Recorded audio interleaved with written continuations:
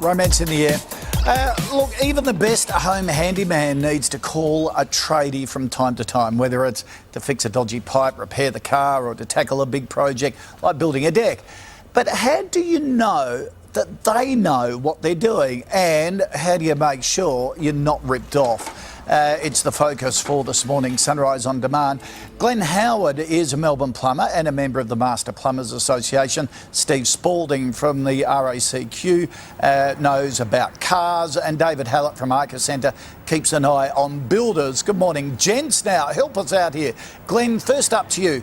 How do we make sure a plumber is up to the task? Well, the first thing that you want to make sure, David, is that a plumber is either registered or licensed.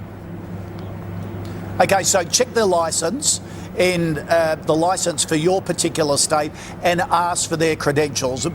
Don't be backward in coming forward about it. But how do you make sure you're not being taken advantage of? Well, I suppose you don't even want to get that far to begin with, David.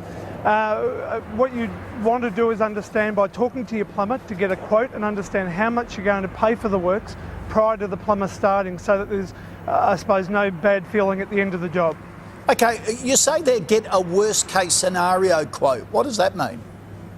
Well, I suppose, like all works that plumbers do, sometimes you get best and worst case scenarios where some jobs turn out easy and others turn out to be, I suppose, the money pit. So I recommend that you talk to your plumber, find out how much they're going to charge you per hour to do the work and the materials, and get a feel from the plumber as to either they're going to give you a fixed quote to do the work, or whether perhaps they'll give you an estimate with a scenario of what it should cost you at the other end, so there's no hidden surprises. Okay, good point. Yeah, it sounds as though the common thread amongst you all is make sure they're licensed or members of associations, and also get references, even if it's putting it out on Facebook to family and friends. Can you recommend a good tradie? It's you've got to do your homework. Gents, thanks for pointing us in the right direction. Appreciate it.